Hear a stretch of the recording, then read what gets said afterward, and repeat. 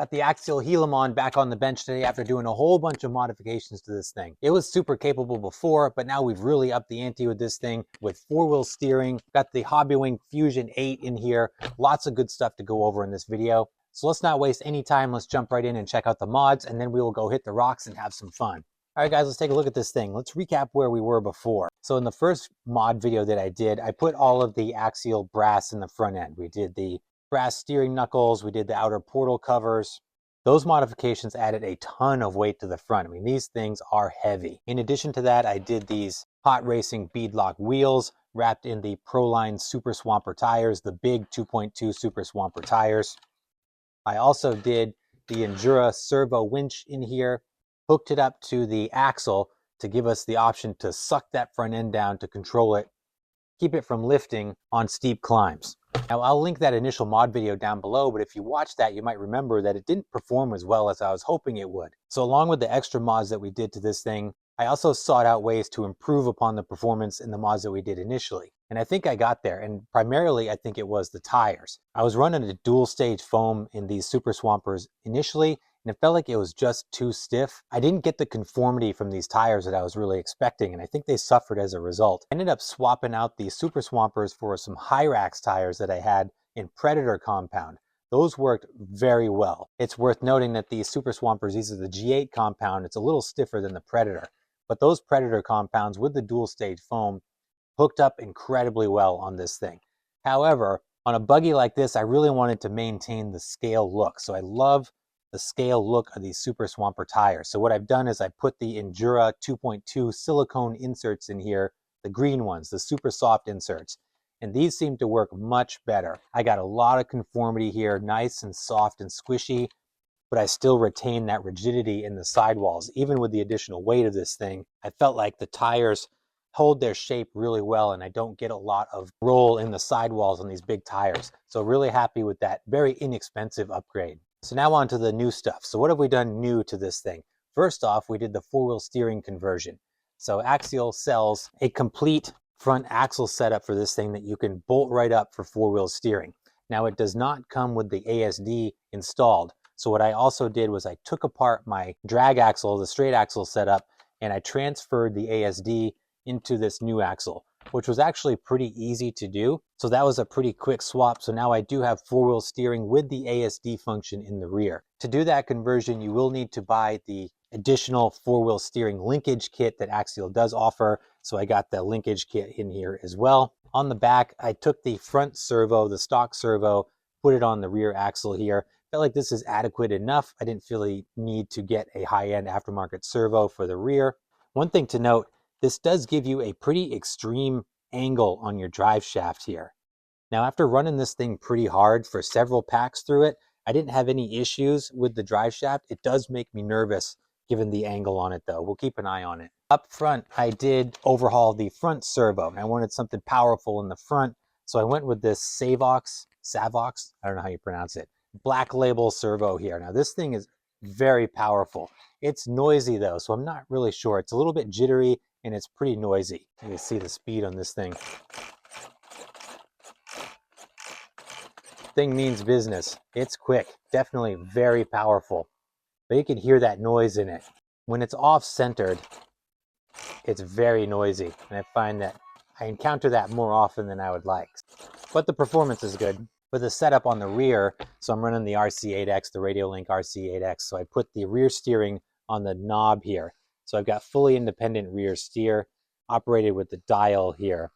I like this setup a lot. I'm able to use my thumb to do this one-handed, so then I can use the front and I can use them simultaneously without a lot of issues, or I can turn it, plant it where it needs to go like that.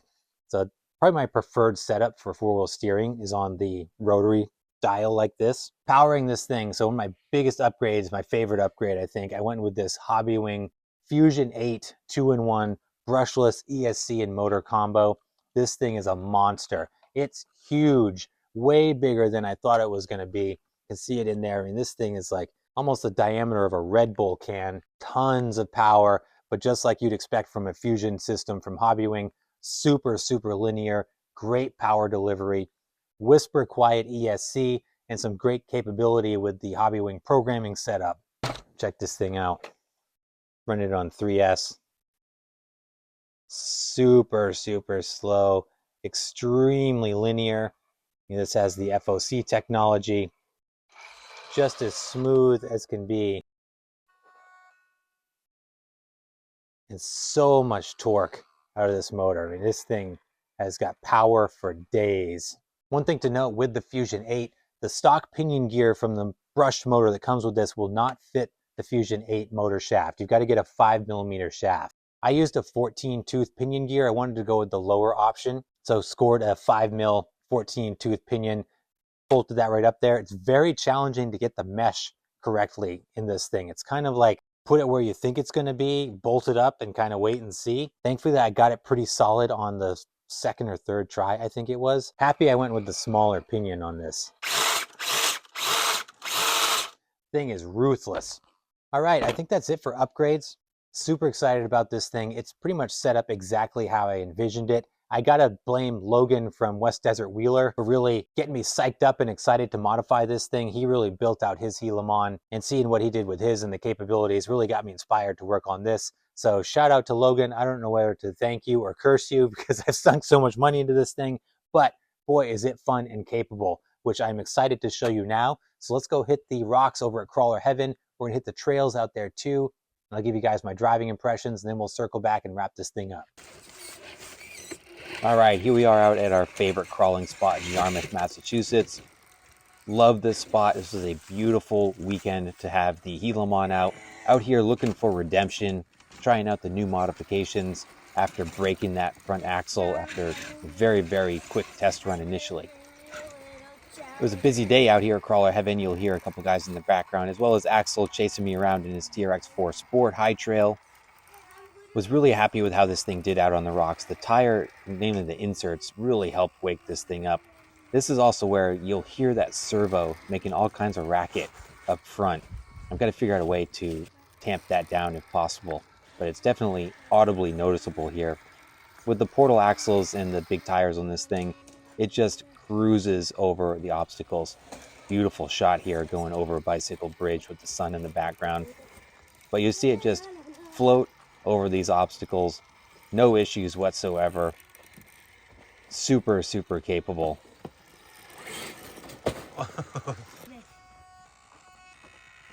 I can see it. You're hooked right into that.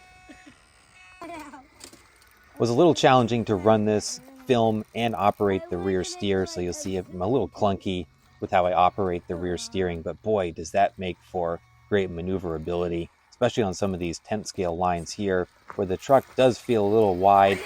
You really push the edges of these trails and things, and these rock obstacles with the width of this thing, but able to plant the rear where I want it and have those tires grip the way that I want them to is a great one. I can crab walk out of here, rescue myself out of this situation.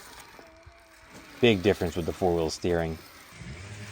This section coming into now really became apparent the gains that we made in performance. It's able to just walk right up this where it really struggled initially with the tire setup prior, but no problem now.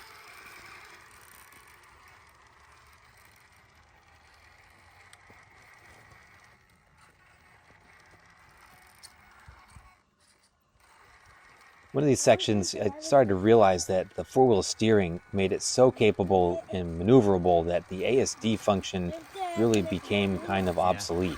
I was able to pivot the rear and turn this thing on a dime with the steering setup. Didn't find myself using the ASD hardly at all.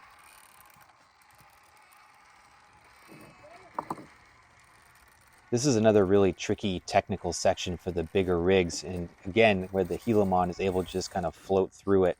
The combination of the Hobbywing brushless system and the four-wheel steering, able to just get up and over these things so easy. The additional control from that motor setup and the steering, it's able to just conquer some of the toughest lines, make them look easy.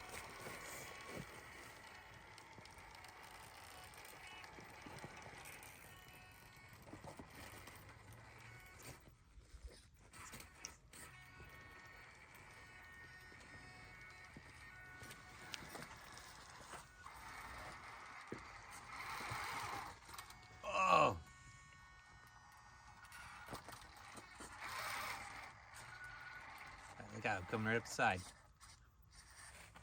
Another one of my favorite challenge lines here. Axel decided to jump in and make it more challenging by putting himself as an obstacle. He said he was helping me, but I don't know how much help this is going to be. He was pretty much done with the rock crawling at this point and wanted to hit the trails, but he was being a good sport. Let me finish the video. You're putting more obstacles in the way. Wait, my mom was giving me the fraction.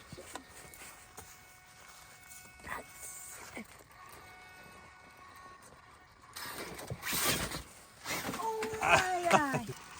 This is another brand new line I found. I found myself looking at these kind of rock separations, looking at things differently with the Gilamon because I'm able to tackle lines that were not really lines before with this thing. And that's a case in point right there.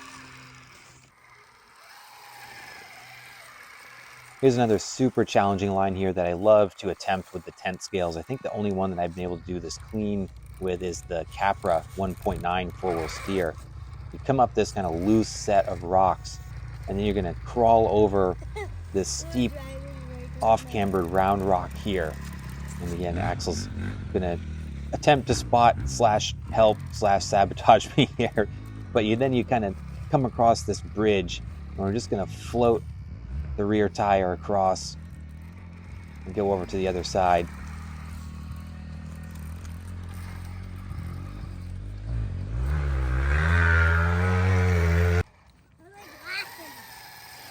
Axel was a good sport and humored me for a long time on the rocks. Then we decided to hit the trails. Now the fellas have been really busy carving out this excellent trail network along the ridge of the rock crawling spot. It's got a really nice setup going all around the gravel pit that this thing is dug into. And I was really pleasantly surprised with how well the Gilamon did through the trails. You can see it navigating through these tent scale trails here pretty easily. The width I thought was going to be a concern in the overall size of this thing, but it did really well. And even in sections like this where it navigates underneath tree roots, and you'll see later we go through tunnels and things, it's able to do all of the trails and obstacles without issues that the tent scales can, which is really nice because I'm able to drive it with Axel, so I can go right from the rock crawling, my favorite part, into the trails, which is his favorite part.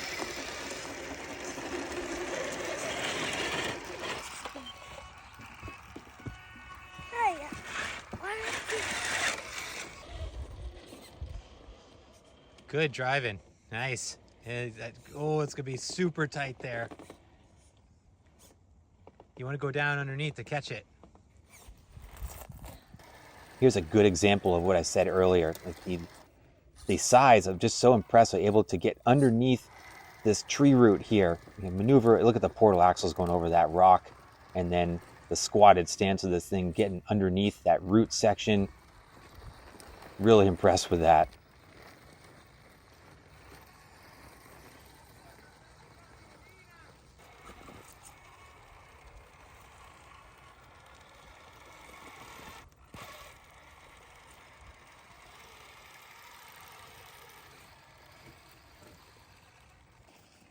Here we are going through the tunnel. Axel loves this section. I do too. It's super fun. It always makes me nervous with Axel going through there, as I swear he's going to pinch something and snap an axle in there or something, but he does really good. I decided to try it with the Gilamon. Wasn't super sure it was going to do it, but it actually fit through pretty clean. You can see him sneaking in this side and start to peek out the other side. Had to use the four-wheel steering a little bit here just to kind of swing that back end around, but made it through clean.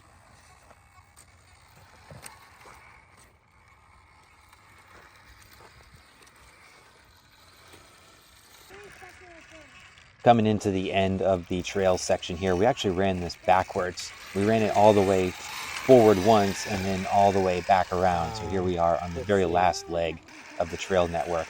This section is super fun and extremely challenging. So this is a sheer drop off on the left hand side there of probably 10 to 15 feet, and then down to an embankment that goes down another probably 10 or 15 feet. So it's pretty much certain death off the side of that rock. So Axel and I both did it this direction. I'm grateful for the four-wheel steering of the Gilamon to get me through here clean. A lot of fun with this section. It's a great kind of capstone to the trail running in this direction. So overall, I had a blast with this thing on this weekend. Through the rocks and the trails, it performed great everywhere, just what I was hoping with this build. All right, guys, that's going to do it for the Gilamon upgrade video here. I really like this rig. It's a shame that it gets so much hate because it's a really capable and fun truck. This has honestly gotten me more excited to go out in RC than any truck that I've had in a very long time. I just really enjoy watching it drive around, the capabilities of it, especially modified with the four-wheel steering now, but even before that, just really enjoy this truck. And now that it's built out the way I want, I am super pumped with this thing. The way that it performs, this is exactly what I was looking for. Conquered everything that I threw at it.